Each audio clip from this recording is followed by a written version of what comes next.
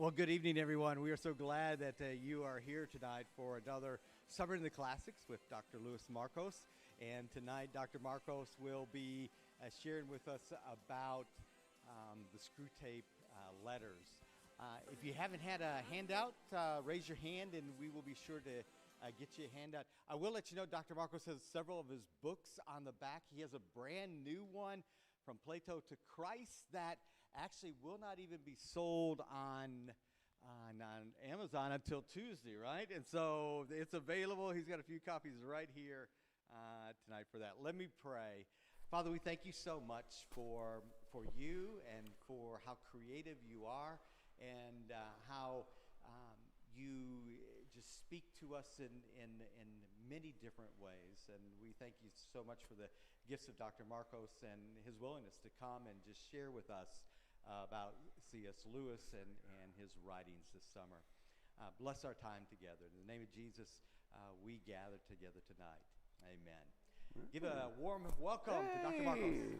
It's good to be back. Thank you, Mark. And let me say this, that for those online, they are capable, they are able to take your questions, so you can type your questions on Facebook or on YouTube, and somebody here will answer those questions. We're going to go to we're a little late, so we're going to go real close to about 7 o'clock.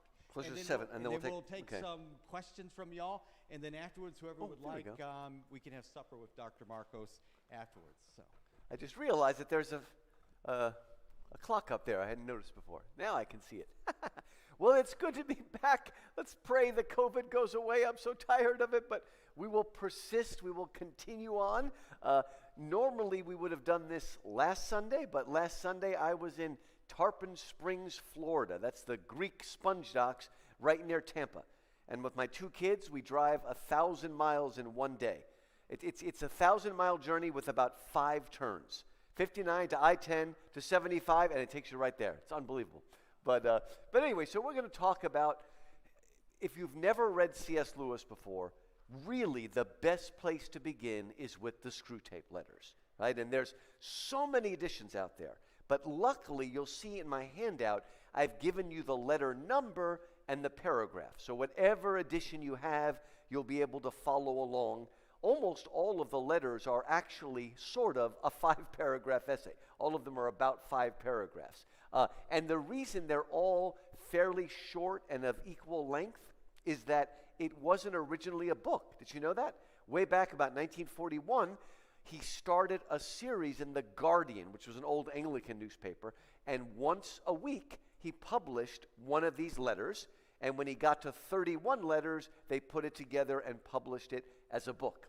But it started as a weekly series, which must have been exciting, almost like when you're watching a weekly series. See, we've all been, what was the word I want? I can get ready here. I said I drove 1,000 miles yesterday, so I'm still on the road in my mind. I'm slowly coming back. But we've all been spoiled by Netflix or whatever, where you get to binge watch the entire thing, and then all of a sudden, when you watch something that you have to wait a week, even old people like us are, I can't wait anymore. I want to know what's going to happen. So imagine waiting week by week. Now, this idea just came to Lewis. It's the simplest idea in the world, but one of the greatest ideas to give us a very unique book.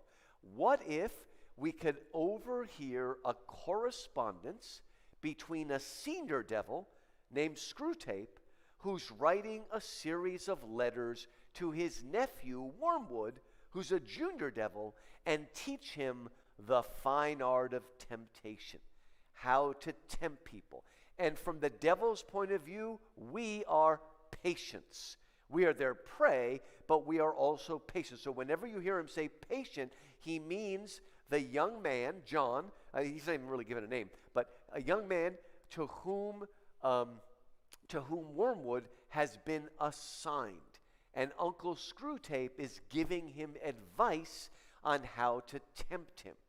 Now, what's interesting about this is, if this is the first time you're reading it, you might think that this book is all about keeping him away from the gospel message. But interestingly, between letter 1 and letter 2, the patient becomes a Christian. And really what it's about is trying to get him off the road to Christ. Now, I don't think Lewis is trying to, put his hand into the big question, can you lose your salvation? Right? Most Baptists will say, once saved, always saved. If you're a Calvinist, you'll say the perseverance of the saints, right? None of us really know, right? Probably like most of you, I would certainly lean towards eternal security, but there are enough scary passages in Hebrews and whatnot.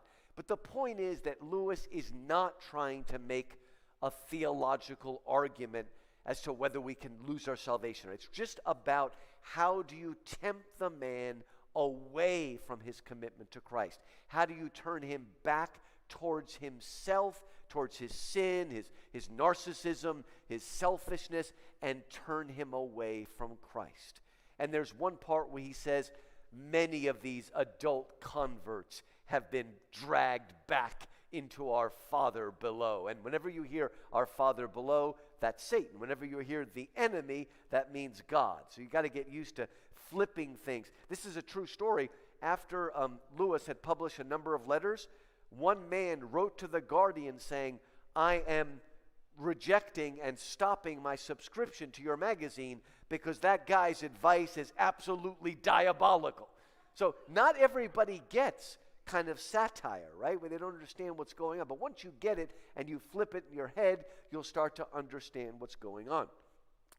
So again, don't worry about that theology. The real issue is, how do you draw us away from God and towards the self? Now, what I'm going to do today is I've got 6 points. Notice I've got 6 points and 6 letters. I thought that was a slap in the face to the devil, right? Normally it would be 7 and 7, or at least 3 or 5, but 6 is the devil's number. So I just thought and I also ran out of room on the page. So anyway, I like to do one page. So let's look at some background. Many of this comes. Now, again, there's all sorts of different editions of Screwtape. Most editions have a little preface that's about a page and a half. But if you're lucky enough to have this edition and some others, it will have the longer preface that Lewis wrote. So this is actually a good one to get because it not only has the longer preface, but at the end, Lewis wrote the Screwtape Letters about 1941. About 20 years later, he wrote a standalone essay called Screwtape Proposes a Toast, where Screwtape is speaking to the Tempters College and proposing a toast and talking about what he's been doing for the last 20 years.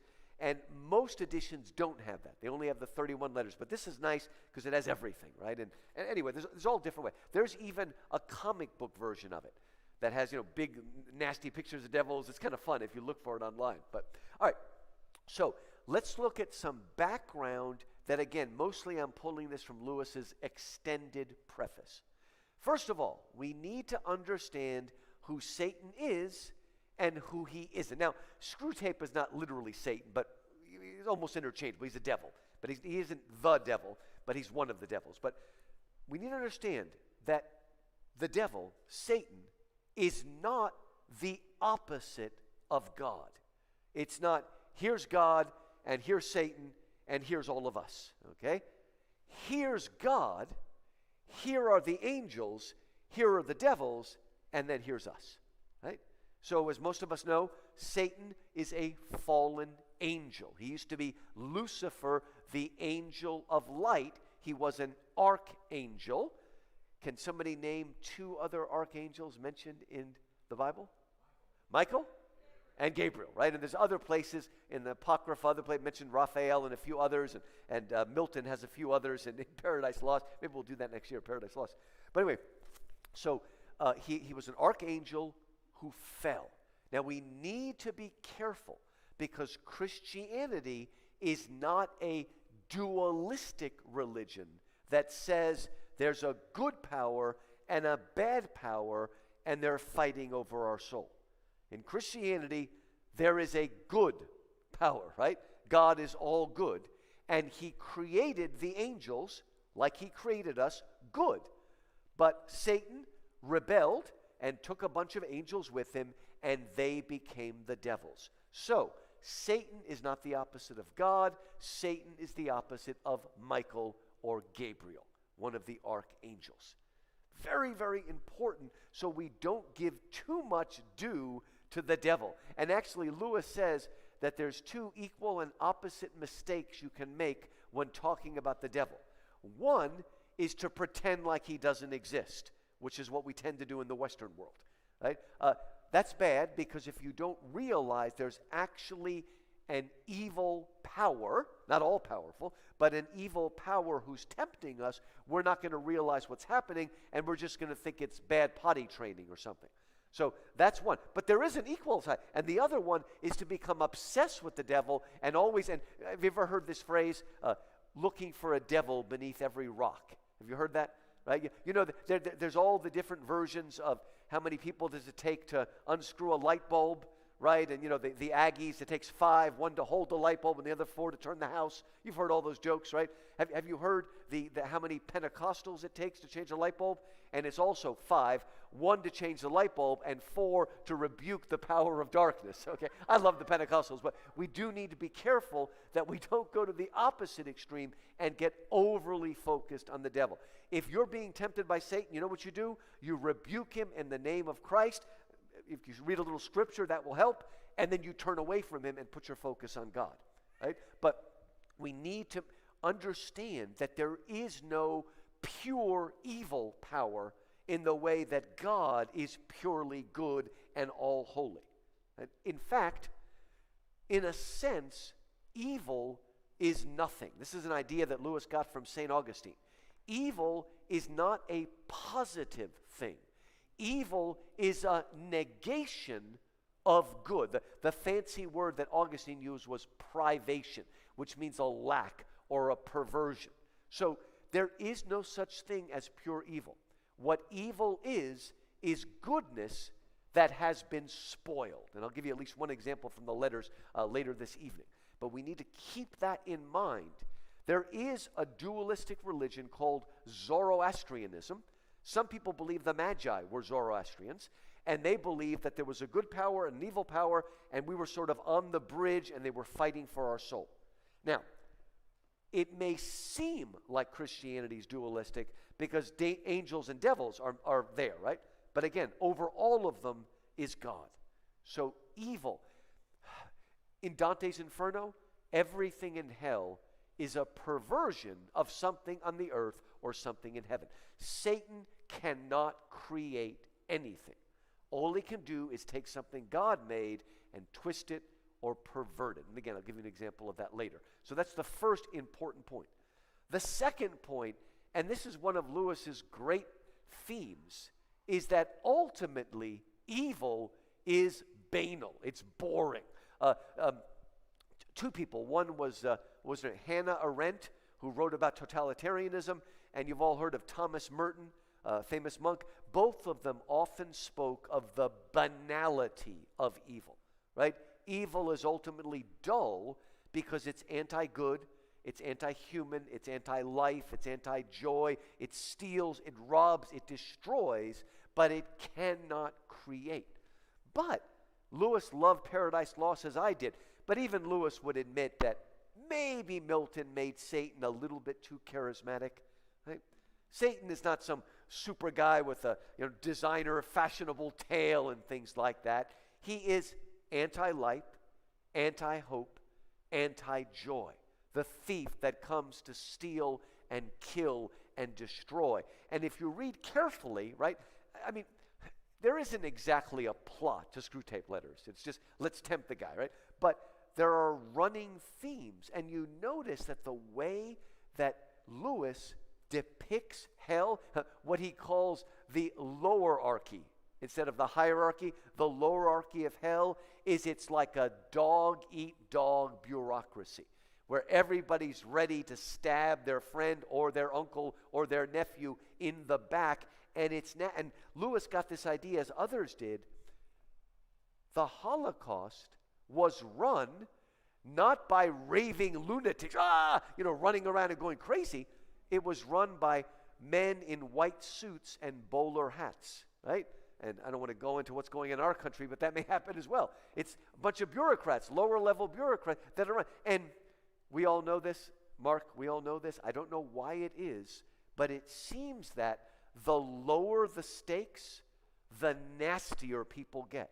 Like a lot of times the politics in a church where the people on the board don't really have a whole lot of power can sometimes be nastier, more backbiting than up. And don't you all know this? That it's better to work for the manager than for the middle manager, right? It's a little guy in the middle who actually has no self-esteem and no power over anything except you, right? And one of the horrible aspects of fallen human nature is the joy we take in pushing other people down. Well, I'm miserable, but I'm going to make you even more miserable than I am. Envy. That Lewis wants to help us to understand. This is not Lewis's line, but I think Lewis would agree that Satan is less like a, charismatic leader and more like a nasty, peevish, spiteful child who would rather break his toys than let the other children play with them. So we need, Screwtape is going to try to make us think he's so wonderful and charismatic and all. But at the core is an emptiness, a dullness, a lack. Ultimately, the motto of hell is misery loves company.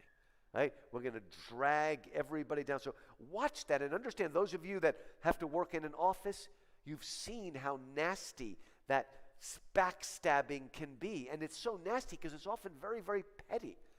And Lewis is helping us. That's more what hell is like than, Mardi Gras in New Orleans or something like that, okay? Right? Again, at least there's some joy going on there, right? And every so often there's a miracle, like the Saints win the Super Bowl, right? Every so often there's a miracle. Just like our miracle when we won the baseball, right? Anyway, God's giving us a little credit for, destroying the place. Anyway, so that's number 2. Number 3,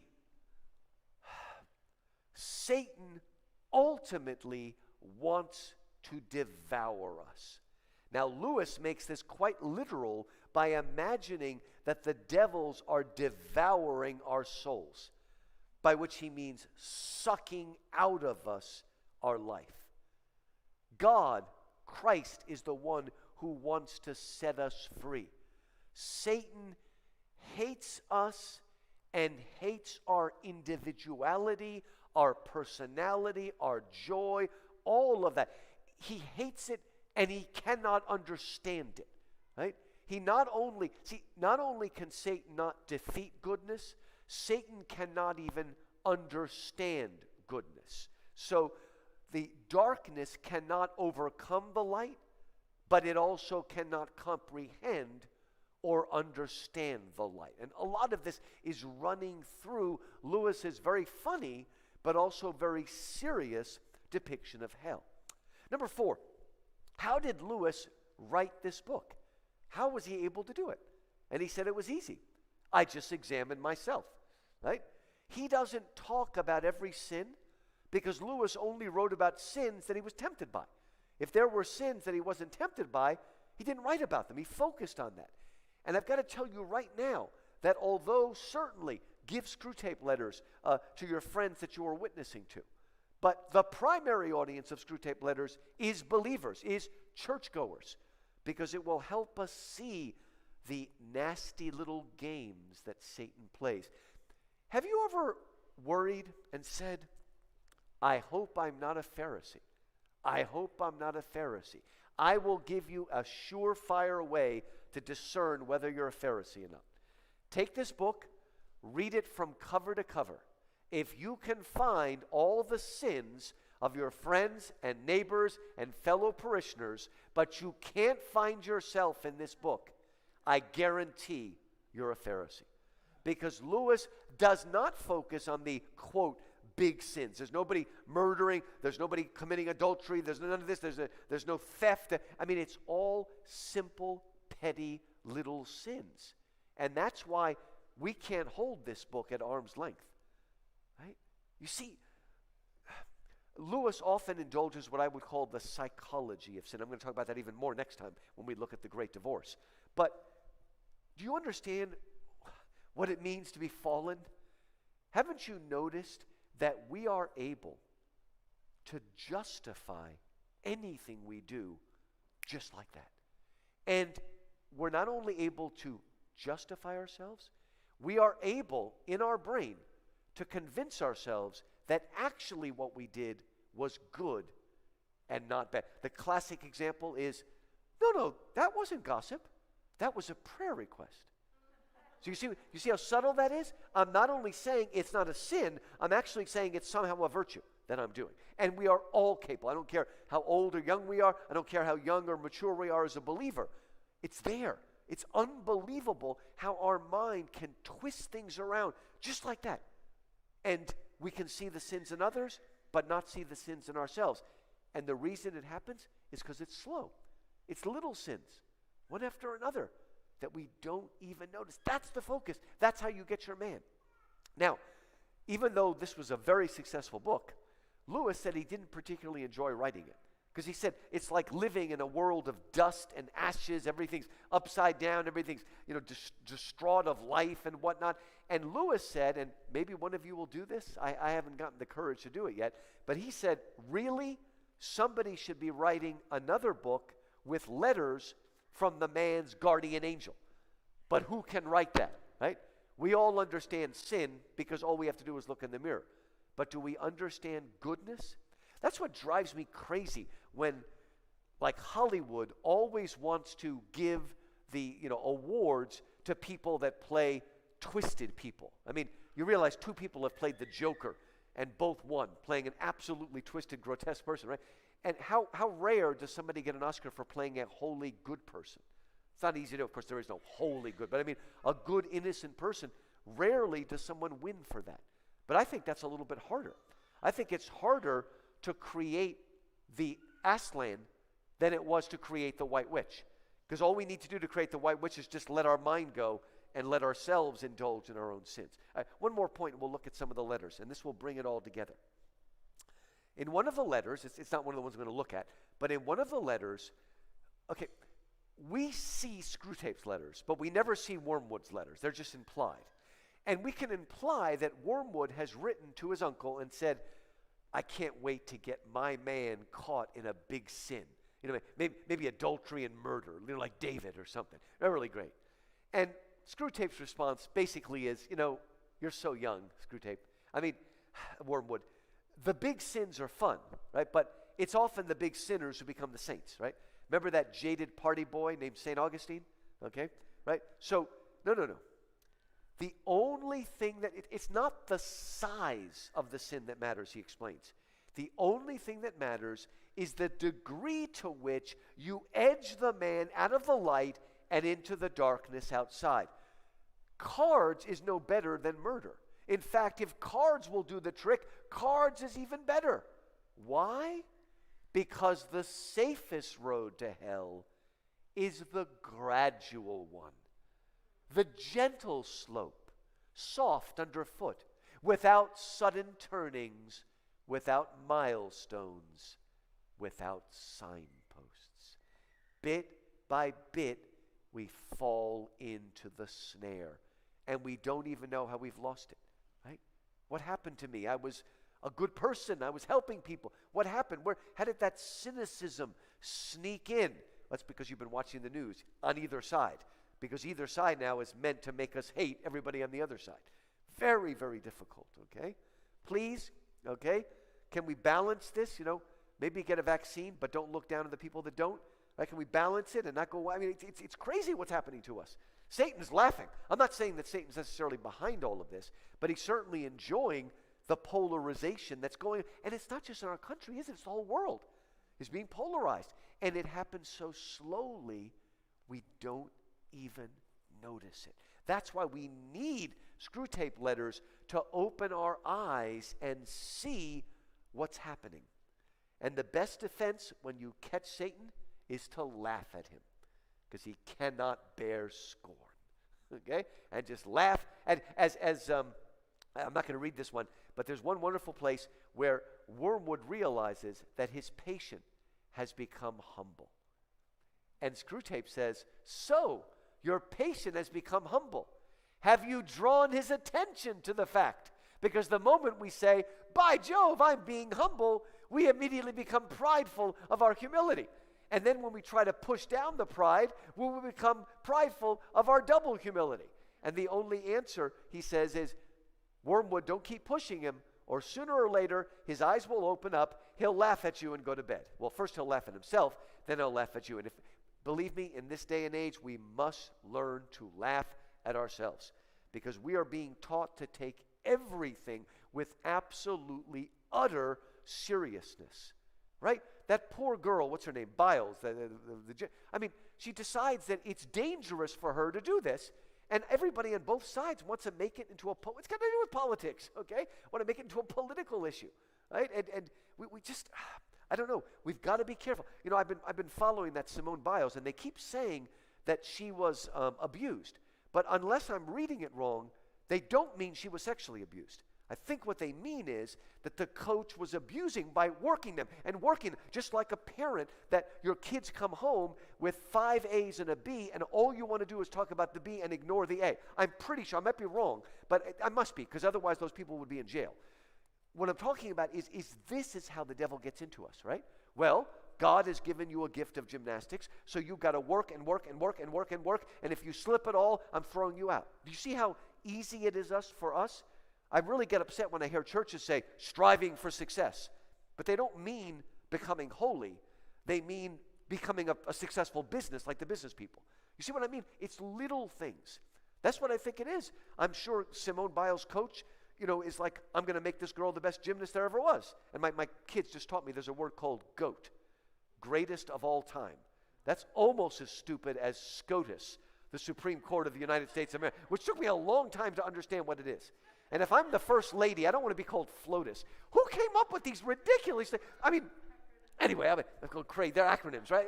Who came up with these things? But anyway, seriously, it's the more I look around, it's that little thing, right? We think we're good parents. We want our kids to do well in school, let's say. But sooner or later, we realize that we've destroyed them because we've lost focus of what is important. And we've convinced ourselves that at the very moment we're being bad parents, we're being good parents, right? Somebody walks into our church, get out of here, you sinner. Don't we feel the most righteous we've ever done when we do that? But in fact, we've become self-righteous when we're doing that. So again, just if you bring that mindset into it and be willing to, the way you should read this book is you should be, ha ha ha, oh, he just got me. Okay, that's the way you should be reading it. You're laughing and you're being, and we as Americans know this, right? Better than Europeans, that when people laugh, they're often a little more open to hearing hard truths. That's why, we want our preachers to tell us a few jokes, because that warms you up to be willing to receive what might be almost a rebuke, right? Maybe not a one-on-one, but a rebuke of the congregation, right? So kind of keep that in mind. All right, I've marked a few passages. I'm going to read some out loud. So just turn to the first one. Like I said, you have a lot of different page numbers, but just turn to the first letter. And we'll go through this, and then I'll give you bits and pieces of some of the other letters. I can't tell you how liberating this first letter was to me as a college student, graduate student, professor. And I'll explain to you why in a second. Because most of us in America have grown up with the idea that reason and logic is on the other side. But we've got our faith and our belief and all that sort of stuff, and we're a little bit scared, and we've sort of given up because those are the people that have science, logic, and reason on their side. This must have been so wonderful when this came out back in the 40s. A freeing thing to realize how it really works. My dear Wormwood, I note what you say about guiding your patient's reading and taking care that he sees a good deal of his materialist friends, by which he doesn't mean people that spend a lot of money, but people that think all there is in the world is matter. Right? Naturalists, materialists are called. They think there is no spiritual realm. There's just stuff. But are you not being a trifle naive? It sounds as if you suppose that argument was the way to keep him out of the enemy's clutches. Remember, the enemy's clutches is God's clutches, right? That might have been so if he had lived a few centuries earlier. At that time, the humans still knew pretty well when a thing was proved and when it was not. And if it was proved, they really believed it. They still connected thinking with doing and were prepared to alter their way of life as the result of a chain of reasoning. But what with the weekly press and other such weapons, we have largely altered that. Your man has been accustomed ever since he was a boy to having a dozen incompatible philosophies dancing about together inside of his head. He doesn't think of doctrines as primarily true or false, but as academic or or practical. But academic or practical, outworn or contemporary, conventional or ruthless. Jargon, not argument, is your best ally in keeping him from the church. Don't waste time trying to make him think that materialism is true. Make him think it is strong or stark or courageous, that it is the philosophy of the future. That's the sort of thing he cares about. Now let's be very honest. How often have you heard something on the news, and rather than trying to determine whether it is true or false, good or evil, virtuous or vicious, your first question is it conservative or liberal? Is it traditional or progressive? Is it Republican or Democrat? I think many of us that wouldn't have been guilty of this 5 years ago, it's almost hard to push it out of our mind. We need to be careful. And this is what's happening. Nobody cares anymore if it's right or wrong, good or evil. Is it practical or is it old-fashioned? As if old-fashioned is the same thing as false. Okay? Even when poisons go out of fashion, they still kill you. Right? If we all decided that hemlock is the new chocolate, right? It's still going to kill you when you take it. Okay? We need to be careful. But he's right. The devils don't want argument, because if you start using argument, that engages our reason. And God is the one that's the rational one, not only rational, right? But part of what it means to be in God's image is that we have reason and we can use logic. And the greatest danger that's happening right now in our country is this idea that reason or logic is somehow oppressive. It's like the only way we can have dialogue is if we accept that there are certain rules of how you argue. Reason, logic, standards, things like that. If we throw those out, all we're going to do is scream at each other. But again, nobody is interested whether it's true or false. Let me give you an example, because does anybody know what Breakpoint is? John Stone Street? You would know, of course. Right? Incredible, it's what they call worldview thinking. Let's look at the news and try to look at it from a Christian worldview. And I just heard this because I said we had 1,000 miles. We had to kill the time. So my son plugged his phone in and we listened to it. And apparently, I can't even remember, it's one of these celebrities who was this today and this yesterday. And now she's calling herself, she invented a new word. I can't even remember what it was. But she now believes that I should get to know a person emotionally before having sex with them. Now, at first we might think, oh boy, this girl is becoming a Christian. But no. She's just saying that option might be better for me in my emotional state right now than the other. Do you see? That may sound like a return to some kind of morality, but all it's doing is it doesn't care about right, wrong, good, and evil.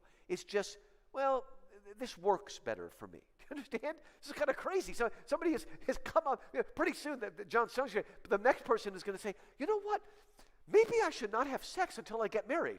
What a wonderful idea. That might make me feel better inside, okay? They're not concerned with whether it's right or wrong, good or evil. So this has become magnified many, many fold. We need to be careful. Right? Now, Lewis is writing in a time where fascism and communism are both isms. And again, people are wondering, which ism does it fight? We need to move away from that and get to the deeper question. Just, is it right or wrong? Many people think good, evil, right, wrong is oppressive, right? Because I'm somehow trying to push my moral standard upon you. So we see that Screwtape has been whittling away, so we don't even ask that question anymore. One person, I don't remember where I read this, but they made a good point. They said that Christians in the pro-life movement, that in some ways we lost when we stopped talking in terms of duty and only talk in terms of rights. Right? Well, once we accept that rights is the only important thing, we're going to lose, right? I mean, once we get, because I don't care what you believe. Obviously, the rights of the mother is going to trump the rights of an unborn child. But when you talk about duty, well, what duty does an unborn child have, right? But the mother does. And so you see how subtle it is? And again, Lewis is like, he's giving us permission to say, no, reason is on God's side. Real reason, not sophistry, not playing with words back and forth, but real reason and logic is God's invention, right? Propaganda is what the devil is good at, right? He goes on to explain more. The trouble about argument, Woodward, is that it moves the whole struggle onto the enemy's own ground. You see, God, he can argue too, whereas in really practical propaganda of the kind I am suggesting, he has been shown for centuries to be greatly inferior to our Father below. By the very act of arguing, you awake the patient's reason. And once it is awake, well, who can foresee the result? Even if a particular train of thought can be twisted so as to end in our favor, you will find that you have been strengthening in your patient the fatal habit of attending to universal issues and withdrawing his attention from the stream of immediate sense experience. Your business is to fix his attention on the stream. Teach him to call it real life, and don't let him ask what he means by real, right? I'll tell you one thing that really, really gets me angry is when somebody goes to a Martin Scorsese film that has the F word, every other word, and people have convinced us that that is more realistic than a romantic comedy. You know, not everybody really speaks like that. On the other hand, there are still people who fall in love. Okay, maybe they don't sing about it. Actually, many people sing about it. My daughter never stopped singing. I never stopped singing. Okay, so what I'm getting at is this: we've sort of twisted the word realism to mean face in the gutter. Okay? That's no more real than whatever maternal love or self-sacrifice or virtue or, you know, what we saw in Houston when, what was it called, Harvey, right? That outpouring of, and it wasn't just Christians, but it was an outpouring of Christian love that reached out. Why don't we focus on that? Nobody wants to write pieces about that, right? So, again, if you can get the person you're talking to really think, to look at what is really real and truly true, ultimately it's going to be on God's side, right? Because when you really start looking, then you're going to start seeing the design that's everywhere. Then you're going to start seeing purpose and meaning and whatnot. So, but again, it's so subtle. This isn't, and again, see, nobody argues whether something is right or wrong. They argue whether, you know, and man, it's just, we've got a whole new vocabulary that confuses the issue. Look at the, he gives an example here. First he says, remember that he is not like you, a pure spirit. In other words, the man you're tempting is not a pure spirit. Never having been a human. Oh, that abominable advantage of the enemies, like the incarnation. He says, you don't realize, you wormwood, you don't realize how enslaved those humans are to the pressure of the ordinary. We just get sucked in to everyday life and we forget about the good, the true, and the beautiful. And he gives an example. I love this. He said, I once had a patient, a sound atheist, who used to read in the British Museum, right, like the library. One day, as he sat reading, I saw a train of thought in his mind beginning to go the wrong way. In other words, the right way. Okay, you might understand. The enemy, God, of course, was at his elbow in a moment. Before I knew where I was, I saw my 20 years' work beginning to totter. You may have seen that. You may have had a friend that's a non-believer for 15 years, and then all of a sudden, just you go camping with them, and they see something beautiful, and you see like a light in their eyes that was never there. All of a sudden, well, wait a minute, where does this all come from? Does it have meaning? You might even see a historical movie. Wait a minute, is there any meaning? So right away, God's there, but then he says, watch this. Now, if I, the Screwtape, if I had lost my head and begun to attempt a defense by argument, I should have been undone. Right? If I try to argue, the enemy would have, again, reason ultimately is on God's side. So what did the devil do instead? Classic evasive maneuvers, Mr. Sulu, if you remember the old Star Trek. He says, if I had lost my head, right, he said, but I was not such a fool. I struck instantly at the part of the man which I had best under my control and suggested that it was just about time he had some lunch. Right? It's our belly. Right? In other words, don't argue, let him go away. And look what happens. This is what happens to all of us. You know, God is coming close. There's a moment of clarity. There's a call. There's a conviction. And then we'll think about it after dinner. Right? Look what happens. It says, the enemy presumably made the counter-suggestion. You know how one can never quite overhear what he says to them, that this was more important than lunch. At least I think that must have been his line, for when I said quite, in fact, much too important to tackle at the end of a morning, the patient brightened up considerably, and by the time I had added, much better come back after lunch and go into it with a fresh mind, he was already halfway to the door. Once he was in the street, the battle was won.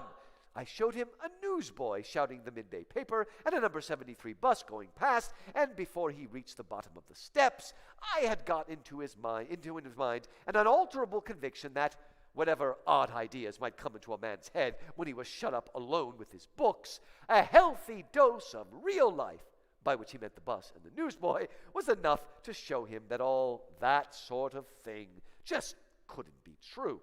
Oh, he knew he'd had a narrow escape, and in later years was fond of talking about that inarticulate sense for actuality, which is our ultimate safeguard against the aberrations of mere logic. He is now safe in our Father's house. Eh? We need to be careful. There is an appointed time to discuss things. You may have had that in your family, where finally the needed discussion is going to happen, and then the phone rings, and it's gone. I will never forget, it was like it happened yesterday, but it was 25 years ago. I had a student, I think her name was Gwendolyn, and I do a Bible study at my house. And at the end of Bible study, there weren't too many people left, and I still remember I was sitting here on the couch, and she was sitting there in a chair, and we were talking. And I could see, finally, it was sinking in. There was like a light in her eyes, and then she said, I've got to go to the bathroom. And she ran into the bathroom, and she was gone on 3 or 4 minutes. When she came back, it was gone. That the light was gone. It's not like this was some wicked girl. It was gone, right? And so we need to press on when the iron's hot. They say strike when the iron's hot. The devil is often getting us off course. He doesn't want us to think about things, because the more we think about them, the more real they become. And then we have to choose. He finishes the letter by saying, you begin to see the point, Wormwood. Thanks to processes which we set at work in them centuries ago, they find it all but impossible to believe in the unfamiliar while the familiar is before their eyes. As long as the number 73 bus and the newsboy hawking the newspaper are there, then who cares about thoughts about God and the afterlife and things we can't see or smell or taste or touch or hear? Right? Real life will get us back on track. Keep pressing home on him the ordinariness of things. Above all, do not attempt to use science, I mean the real sciences, as a defense against Christianity. They will positively encourage him to think about realities he can't touch and see. There have been sad cases among the modern physicists. See, Lewis was keeping up.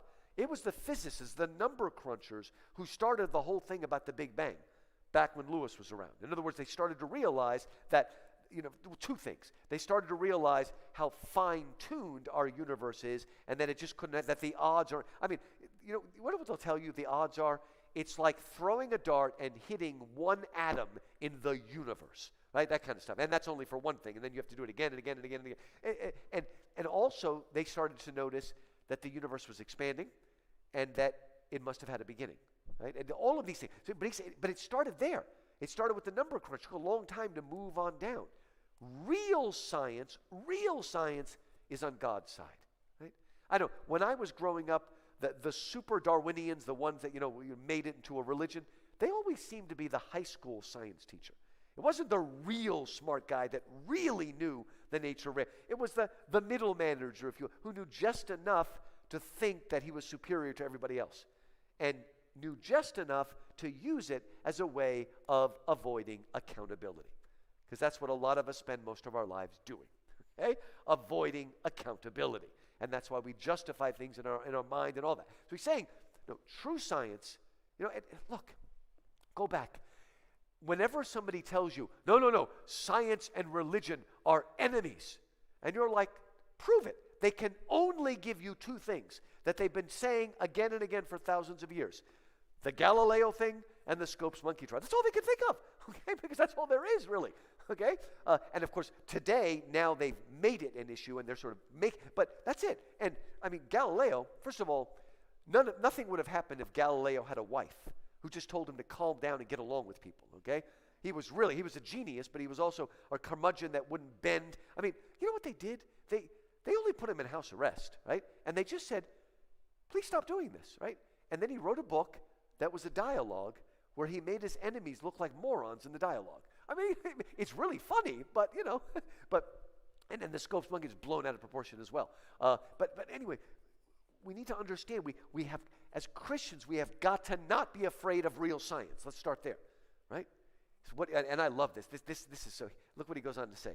He says, again, if he must dabble in science, keep him on economics and sociology. In other words, the social sciences. And most of the crazy things that are happening come out of social science, right? Which basically turns us, all people, into products of social, economical forces, right? And of course, we are influenced by those things, right? But what happens is we lose our sort of individuality, the fact that we're made in God's image, and we're just products of dark materialistic forward, whether you're Darwin or Freud or Marx, you're that kind of stuff. And Lewis already understood way back then that it was the social science. It wasn't the real sciences that were the problem. It was the social sciences that are, and right now, the social sciences, they already messed around with my people, the humanities, but now they're invading the real sciences, because it's the social scientists that are telling the real scientists there's no difference between a boy and a girl. And they're like, no, we can't do science that way, okay? I can't operate on somebody unless I know what sex they are. But it's happening. I mean, real doctors are now afraid to speak up, right? So it's dangerous out there. Okay. But the best of all is to let him read no science, but give him a grand general idea that he knows it all, and that everything he happens to have picked up in casual talk and reading is the results of modern investigation. Do you remember? You are there to fuddle him. From the way some of you young fiends talk, anyone would suppose it was our job to teach. Your affectionate uncle Screwtape. Right? The devil doesn't want to teach us. The devil wants to push us into endless tangents so we never address that which is good and true and beautiful, that which is vital, that which is eternal. Just keep us, Eliot used the phrase, distracted from distraction by distraction. That's I think it's in the Four Quartets. That's in our modern world when we're always being pushed off and never deal with anything. So please be enthused by this. It's on our side. Look, the whole thing. Let me mention a few other letters here. Number 9, that would be IX in Latin, depending on what edition you have. Some editions use the Arabic numerals, some use the Roman numerals. But in number 9, we get a little bit more about, let me think. Well, I'll just pick up a few things, because I think these things are so important. Okay, look at number 9, and it's the second paragraph. And he's talking about the trough period. You know how our life is like a roller coaster? We're up, we're on a high, everything's great, we're close to, and then the trough is when we go down. And he says, when he's in the trough, sort of low spiritually, and no energy, that's when you get him. And look what he says, second paragraph. I have always found that the trough periods of the human undulation provide excellent opportunity for all sensual temptations, particularly those of sex. This may surprise you because, of course, there is more physical energy and therefore more potential appetite at the peak periods, right? So wouldn't you think that, but he said, no. He says, you must remember that the powers of resistance are then also at their highest.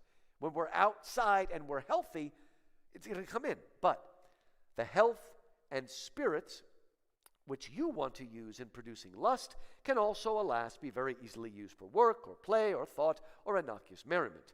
The attack has a much better chance of success when the man's whole inner world is drab and cold and empty. And it is also to be noted that the trough sexuality down here is subtly different in quality from that of the peak, much less likely to lead to the milk and water phenomenon which the humans call being in love, much more easily drawn into perversions, much less contaminated by those generous and imaginative and even spiritual concomitants which often render human sexuality so disappointing.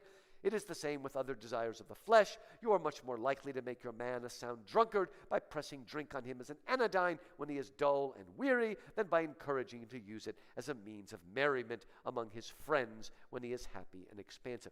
I don't know if you're following this. Mark, you're supposed to know these things. You're a preacher, right? But all I'm reading is saying that this generation of high school students is actually having less sex than our generation did.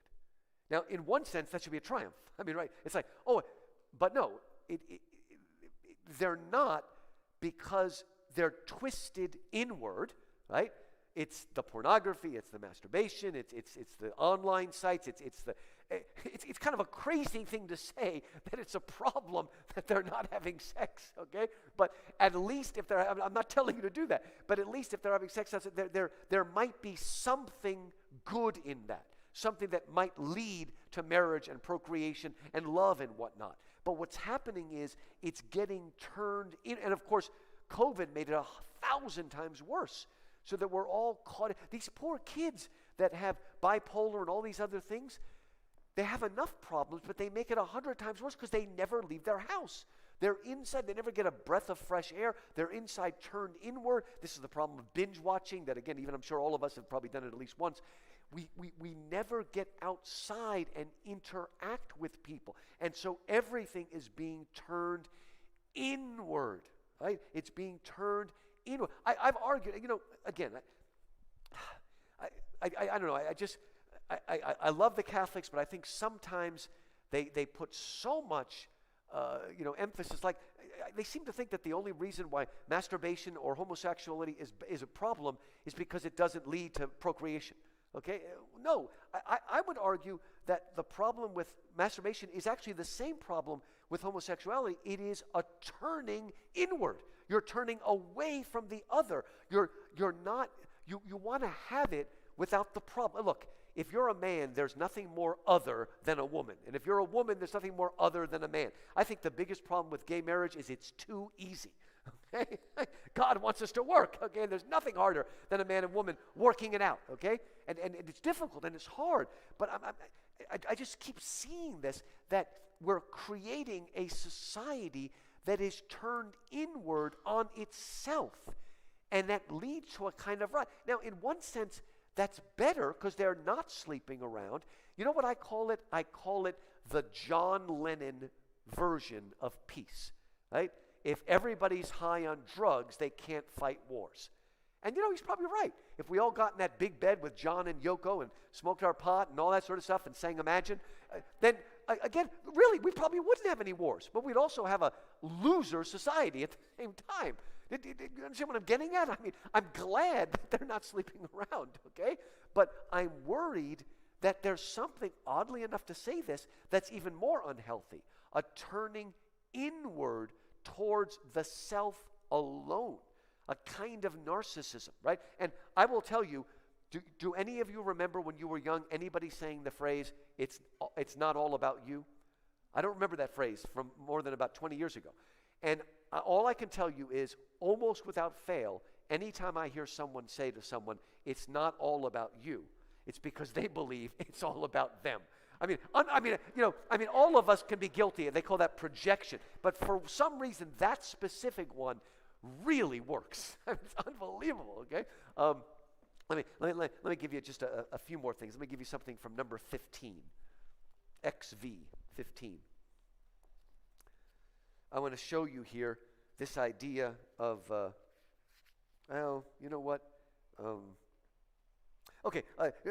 Just. Okay. What do you, I'm going to sum it up because this is so important. All right. I don't know if I've spoken to this to you before, but I've always had a beef against Nike. Now, why? I don't care about their sneakers. I hated them because remember they used to have a motto, live in the now. Do you remember that? Live in the now. And I was always angry at Nike for doing that. Why? Because live in the now is the motto that every Christian should live by. Okay? If you understand what Jesus meant by live in the now, that's not what Nike means. Nike means, they don't mean the eschatological now, to use a fan. They mean the now of material. I want an Oompa Loompa and I want it now. That's what they mean, okay? But when Jesus says each day has enough troubles of its own, Jesus wants us to live in the present, right? Because if we live in the past, we are riddled with regret and remorse. If we live in the future, we are hag-ridden with fear and anxiety. And you know that this is like the most anxious generation of all time, right? We see it. It's all over the place. These kids are going to age very, very quickly or something, right? Jesus wants us to live now.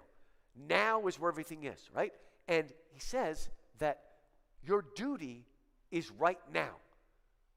A lot of people who push all of their duty to the future, they are so concerned with the future, they're willing to break every rule in the present to achieve that future. That's what's called utopianism, which always builds a dystopia, right? So now we live. And God lives in eternity, outside of time. And the closest glimpse that any of us has of eternity is the moment. That frozen moment, that beautiful moment in which you live your whole life. The present point is where time touches eternity. Devil doesn't want us to live now, right? You know how we should live? Remember the Jews in the wilderness who lived in the tents and they didn't know how long, and then the pillar of fire would get up and move and they'd follow it, and they'd keep following it until it stopped, right? Now I'm glad we're not all Methodist ministers and they keep moving you from church to church. That's crazy. We need stability today, right? The point is that we need to stop living either in the past or the future. And he said, at least if you live in the past, and he said, like a historian or a widow, at least the past is real, right? But living in the future doesn't exist. And let me try to explain what he says. It blew my mind when he said it.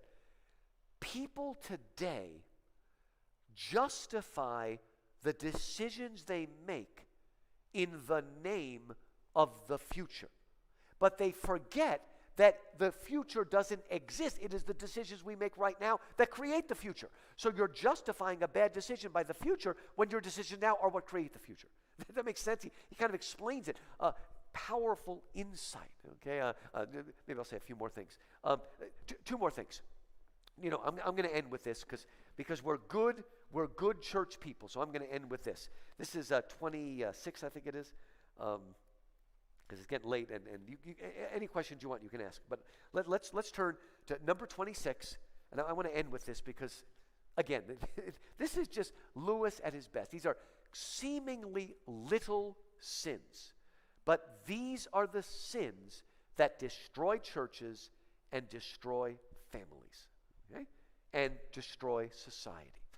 He says on the top, all right, if you asked anybody in the past what was the greatest virtue, they would have said love, by which they meant charity or caritas or agape, right? But he says, ask anybody when he was writing, and they would say unselfishness. I think today we would probably say tolerance. But notice that love, charity, caritas, is an active thing that moves out of the self towards the other.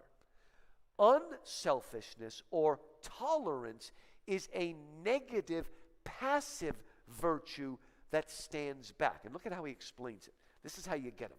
Second paragraph. The grand problem is that of unselfishness. Note, once again, the admirable work of our philological arm in substituting the negative unselfishness for the enemy's positive charity, caritas. Thanks to this, you can, from the very outset, teach a man to surrender benefits, not that others may be happy in having them, but that he may be unselfish in foregoing them. See, it's all turned into negative. That is a great point gained.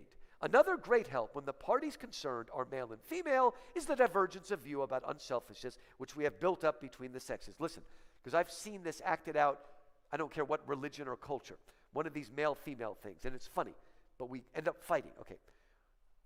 Men and women tend to define unselfishness in different ways, and let's see if you can identify. A woman means by unselfishness chiefly taking trouble for others. A man means by unselfishness not giving trouble to others. Right? Haven't you? Okay, look, have you ever had that conversation? Husband and wife are in bed, the neighbors are fighting or something, and the wife says to the husband, why don't you go over there and find out what's happening, helping those people? He's like, no, I'm minding my own business. And I'm going to go. No, don't be a busybody, you see? And both of us think we're being unselfish, but the other one thinks we're being selfish. And this can lead to all sorts of fights if we don't understand it, right? This is the difference, and he explains it again. It's really funny. As a result, a woman who is quite far gone in the enemy's surface, God, will make a nuisance of herself on a larger scale than any man except those whom our Father has dominated completely. Right? And conversely, a man will live long in the enemy's camp before he undertakes as much spontaneous work to please others as a quite ordinary woman may do every day. Thus, while the woman thinks of doing good offices and the man of respecting other people's rights, each sex, without any obvious unreason, can and does regard the others as radically selfish. Right? This is so subtle, but it plays upon us. So we now, again, we come away thinking we're the good one and the other one's the bad one. And the other one, exactly the opposite. And you both can justify it because we've embraced this negative virtue of unselfishness rather than a positive virtue of it. Lewis said in another book, if there's a purgatory, a man and a woman will be in purgatory together, husband and wife, and they'll be in this room, and suddenly they'll hear the sound of breaking glass from the next room. The woman will not be allowed to get up and find out what's going on. The man will have to get up and find out what's going on. If you understand that joke, everything. And then quickly, he goes on to show, and again, help these young people that are getting married, right? Because when you are first in love, you're so overwhelmed by love that it is so easy to surrender to the other person in 1,000 ways. It's so easy to be unselfish because it's natural. Our hormones are doing it. But you know what?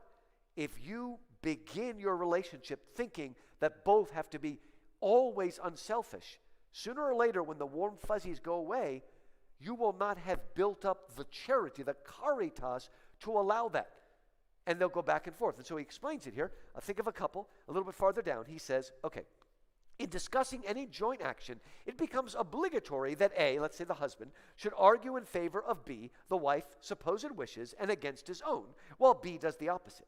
It is often impossible to find out either party's real wishes. With luck, they end up by doing something that neither wants, while each feels a glow of self-righteousness and harbors a secret claim to preferential treatment for the unselfishness shown and a secret grudge against the other for the ease with which the sacrifice has been accepted. Folks, this is how domestic anger builds. Very, very slow, right? So you're doing, if you're the woman, okay, you're doing something unselfish that nobody in your family has asked you to do. In fact, nobody wants you to do it, right? But you do it, and then you get mad because nobody thanks you, then you feel resentful of everybody. Do you understand? Or the husband comes home and does something, and the wife doesn't notice, and then he gets mad. You see, but you need to understand, it's those little things that destroy you, right? It's not facing bankruptcy. That may draw you closer together and you work together. It's these little things that pull you apart because you come away feeling self-righteous towards yourself and resentful towards the other. And here I end. And tell me you haven't played this game before. And it's good church folk that play these games. He says here, he goes on to say, later on, you can venture on what may be called the generous conflict illusion. This game is best played with more than two players, in a family, let's say, with grown-up children. Right? Something quite trivial, like having tea in the garden, is proposed. One member takes care to make it quite clear, though not in so many words, that he would rather not, but is, of course, prepared to do so out of unselfishness. The others instantly withdraw their proposal, ostensibly through their unselfishness, but really because they don't want to be used as a sort of lay figure on which the first speaker practices petty altruisms. But he is not going to be done out of his debauch of unselfishness either. He insists on doing what the others want. They insist on doing what he wants. Passions are roused. Soon someone is saying, well, very well, then I won't have any tea at all. And a real quarrel ensues with bitter resentment on both sides. You see how it is done? If each side had been frankly contending for its own real wish, they would all have kept within the bounds of reason and courtesy. But just because the contention is reversed and each side is fighting the other side's battle, all the bitterness which really flows from thwarted self-righteousness and obstinacy and from the accumulated grudges of the last 10 years is concealed from them by the nominal or official unselfishness of what they are doing, or at least held to be excused by it. Each side is indeed quite alive to the cheap quality of the adversary's unselfishness and of the false position into which he is trying to force them, but each manages to feel blameless and ill-used itself with no more dishonesty than comes natural to a human. Have you played that game? Just say what you want, okay? And what happens is you have so cloaked your unselfishness that nobody knows that you've just made a great... So you come away saying, I have made a great sacrifice. But nobody thanks you because they don't know you've made a sacrifice, right? And so you get... And again, this is something that builds up over years and years. Ladies, will end. If you want to stop yourself from doing this, go a few lines down. He said, she's the sort of woman who lives for others. You can always tell the others by their hunted expression. Okay? So watch out. So again, we need to, again, if the wife can learn a little bit of mind your own business and the husband can learn a little bit about be concerned and stop being so lazy and, again, we can maybe learn from it. She said, yes, I know, right? But again, you see how these, again, we focus so much on the, quote, big sins that cause wars, let's say, and we don't understand the terror that happens on the smallest level and what it does to churches. No wonder people don't want to come to church. They see it, they look around, they see all the, barely, hidden hypocrisy and stuff like that. So again, let us practice the positive virtues and not the negative. Well, I can go on forever, but do we have questions, thoughts? Let's jump in there. I don't want to go too late.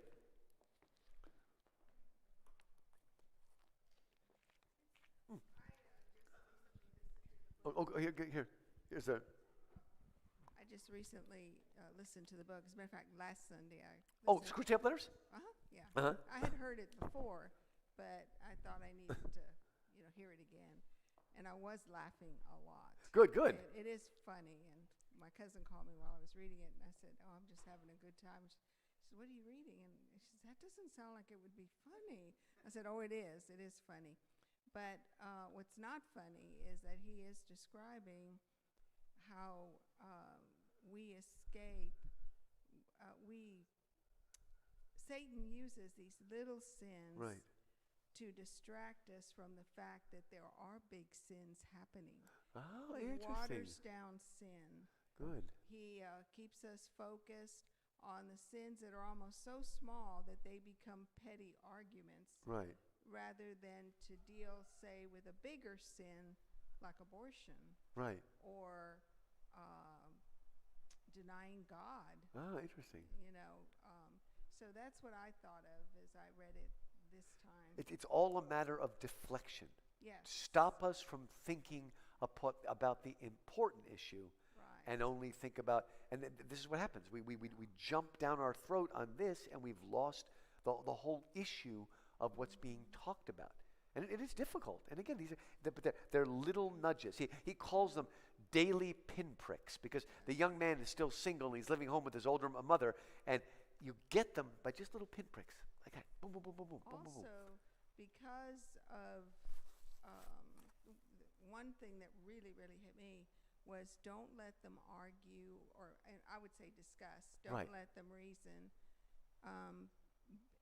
But what I discovered about myself a couple of years ago was I didn't know how to defend my faith. I had no apologetic approach or any kind of facts about my faith. Or I had to start. I knew that I loved God. I knew that I was saved. I knew all that. But then I started thinking, well, how do I explain that to someone when asked? And really, and we've been shut down because we weren't ready to explain, and also because we can be intimidated and silenced. So now I feel like I can speak up with confidence to defend the God that I love. And remember, reason is ultimately on God. So we haven't. We've been intimidated. It's really Yes. funny. The famous new atheist, Richard Dawkins, said that Charles Darwin allowed me to be an intellectually fulfilled atheist. Well, Yeah. a lot of Christians have felt that way about C.S. Lewis. Like, whoa, here's this big Oxford, Cambridge guy. Oh my gosh. He's reminding me that, I mean, have the atheists produced anybody like an Aquinas or a Dante or an Augustine or a Luther or a Calvin or any of these people? Right? They haven't even produced anybody like Plato or Aristotle from the pre-Christian era. And so again, we've got to stop being intimidated. I mean, like the arts. I mean, who created the arts? Okay, who created the university? Right? I mean, it does start with Plato and Aristotle, but ultimately it's coming out of the Middle Ages. And we have to. Basically, what happened is we gave over almost about the only thing that evangelicals kept a hold of was radio. We did pretty good with that, but we pretty much gave up on Hollywood. We gave up on the government. We gave up on university and stuff like that. And then we might make our own schools, but too often our schools were not very distinctive. They were basically a public secular school that had chapel once a week. Right? But But it's changing now. It is changing. I still haven't figured out, though, how we got there, truly. How were we silenced? No, we did. I mean, it basically starts in the Enlightenment. That's the period when they start saying reason and secularism, and somehow religion is the enemy. Even today, the Dark Ages, right? The Middle Ages, they gave us Dante and Aquinas and all these. Could you imagine anybody trying to build a cathedral like they'd built back then?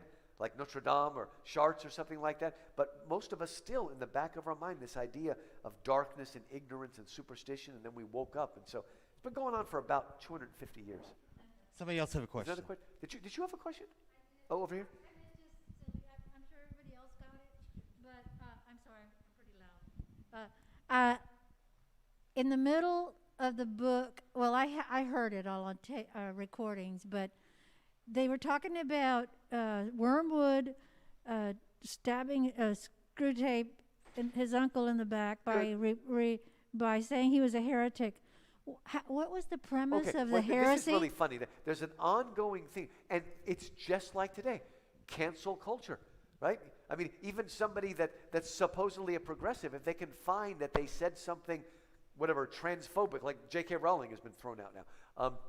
And as I was coming here, I just saw that Terry Pritchard, who died a while, he wrote what do they call it, Discworld. And he's an atheist. But now, I don't know, there must have been something so now they're going to cancel him even though the poor guy's dead, right? So anyway, what happens is that in trying to explain to Wormwood, to help him understand, he says, it looks like when the enemy says he really loves the humans, it's an appalling truth. He really loves the hairless bipeds, right? Well, then Wormwood has gone behind his back and told the Lorarchy, the other demons, that this guy's saying that God really loves them, and so they're going to cancel him and come after him. So they're all trying to stab each other in the back by saying, oh, I heard you say that. I saw you do this. And all of it is a way of getting, and in the end, when Wormwood loses his patient, Screwtape's like, I think they'll give you to me now, or at least a bit of you, right? And he ends by saying, your affectionate and ravenously hungry uncle. You saw that? Your increasingly ravenous uncle Screwtape. Who's the one that had the who was I talking to that had just hold it up for everybody to see it. Focus on the family, right? They do that thing called Adventures in Odyssey. They have radio theater. Well, they turned all 7 Chronicles of Narnia into radio plays. But here, they turned the Screwtape Letters into a play. You would think it's impossible. But Wormwood and Screwtape are talking to each other. Like, for instance, what I just read to you about the peak and the trough. In the play, when he says the trough sexuality is better, Wormwood's like, no, that's not. That's crazy. And Screwtape, why do you say that? Well, think about all their energy and all that. Say, oh, well, that's a good point. But they make it a dialogue, and Andy Serkis, the guy who played Gollum in Lord of the Rings, is the voice of Screwtape. And there's sound effects, there's everything, and it's amazingly faithful. In fact, I used to lead a study every year, and I would take them through that. We'd listen to it, and then we'd talk about it, because it's very, very faithful, and it helps you understand more of what's going on. And it's great fun. That's really good. But there's also an audio version out there, and I don't think you can buy it, but it's free if you look for it online. Anybody know who John Cleese is? Have you ever heard of the Monty Python and the Faulty Towers? Well, if you go, just go online, YouTube, and type in Screwtape Letters, John Cleese, and you can listen to it for free on there, because I don't think they ever made a DVD out of it, or CD out of it. But it's really good, and he reads it out loud, and he really gets into it, and it's great. Oh, I forgot, yeah. Oh, he does. Okay, maybe he did do the last one, too. Oh, that's right, the banquet, that's right. It's really good if you get to hear him, and it's wonderful, so it's good stuff. Somebody Were else. there any thoughts from, did anybody type in anything that we need to? Okay. Okay. Anybody else have a... Oh, T.S. Eliot, distracted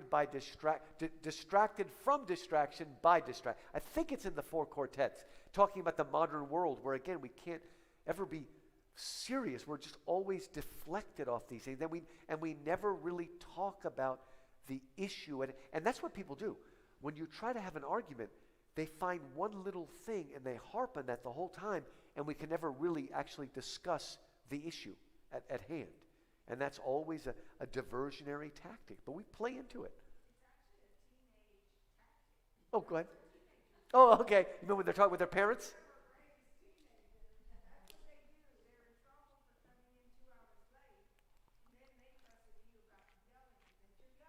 That's right. See?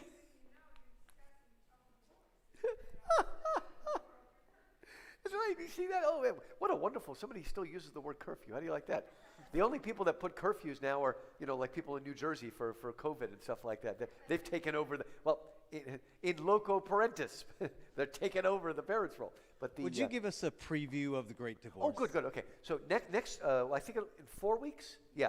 Today's the 1st, the 29th, so 4 weeks from today. It'll be the very end, just before schools and all that sort of stuff. And my favorite Lewis book, these are my two favorites. It's called The Great Divorce, and Lewis, it's a fantasy. What if the people in hell, if they wanted to, could get on a bus, and the bus would take them to heaven, or sort of the plane in front of heaven? And what if the souls of the blessed saints came out and tried to convince them, even now, to give up their sin and pride and embrace Christ and faith and grace? What would they do?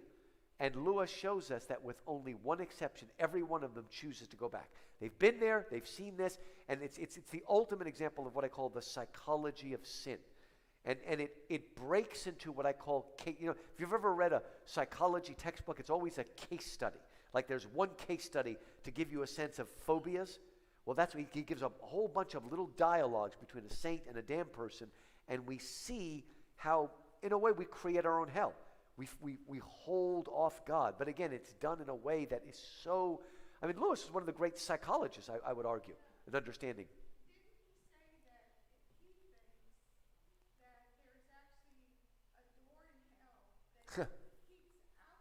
Yeah, he says the gate to hell is locked on the inside, right? Like they don't want. Yeah, they want to stay down there. So now that book, The Great Divorce, has nothing to do with divorce, okay? Because about 200 years ago, a romantic poet whom I like called William Blake wrote a book called The Marriage of Heaven and Hell, and he suggested that heaven and hell are merely states of mind.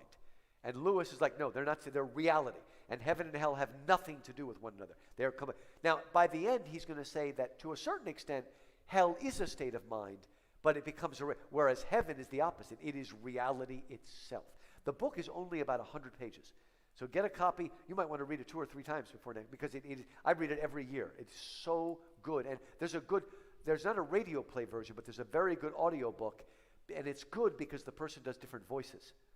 Like Screwtape, there's only one person, but does all the voices for it. So so we'll do that, and I'll send an outline beforehand, and we'll do it. So this is great, and hopefully we'll be even more.